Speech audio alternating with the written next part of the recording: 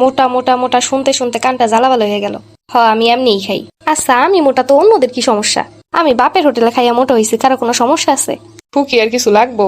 এইগুলা খায় নেই মা, এরপর আবার সামো। মা এত করে খাওন দিলে কি কেউ না খাইয়া পারে?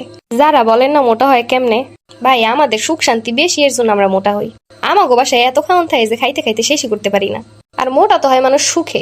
আমরা যে একটা শান্তির ঘুম দেই একবারে, আপনারা তো তা 300 বছরেও দিতে পারবেন না। সব থেকে সুখের ঘুম হইলো মোটা মানুষের। শরীরটা সাইডে দিয়ে যে শুই, মনে হয় যেন সারা জীবন ঘুমায় থাই। আর আপনারা যারা মোটু মোটু করেন না, আমার হাতে রাগ হয় না, কারণ মোটা মানুষের মাথা একটু শান্ত হয়। ভাই আমাকে শুধু 3 বেলা ভরপেট খাওন দিলেই হইলো, আমরা তাতেই সন্তুষ্ট। ভাই আমি খাবার অপচয় করতে পারি না, তাই খাবার দাবার যাই পাই তাই খেয়ে ফেলাই। তোরে মোটু কিরাই কয় সেইটা একটু আমারে কত? শরীর স্বাস্থ্য ছাড়া মানুষ ভালো দেখে নাকি? আর তুই খাবি আমার খাওয়ান খাবি, মানুষের কথা শুনতে যাবি কিসের জন্য? কেউ যদি আর কয় মোটু কয়ে আসবি, আমি মোটু তো আপনার সমস্যা কি? মা ওই দিন পাশের বাসার খালায় কয় এত বড় শরীর, 2টা নাকের ছিদ্র দিয়ে কি নিঃশ্বাস নিতে পারি ঠিকঠাক? যত বড়ই শরীর হোক, নাকের ছিদ্র কি 10টা লাগে নাকি? ওইয়া নাকি আমার সাথে দেখা, আমি কমুনে।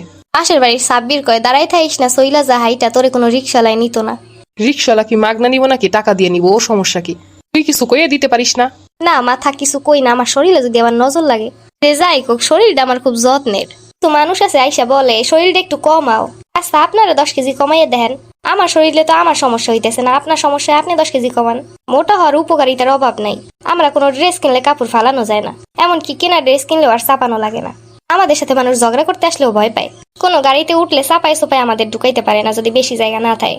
শোনেন আপনারা যতই বলেন মোটা মোটা শরীর কমা, আমার তাতে যায় আসে না। আমি যেমন আছি এমনই থাকবো, দরকার হইলে আরো বেশি খামো। আপনার সমস্যা হইলে আপনি কমান 10 কেজি। আর ক্ষুধা লাগলে যদি কারো বাসায় খাবার না থাকে, মোটা মানুষের বাসায় চলে যাইবেন।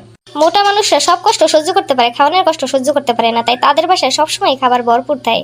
যারা আমাদের মোটা মোটা বলেন না, আসলে তারাই হয়েছেন গরিবস। ওটা তো হলো একটা ঐতিহ্য, তাকে বলা যায় জমিদারি ভাব, বড় লোকস। এরপর থেকে মোটো মোটো বলার আগে এইসব ভেবে নিবেন।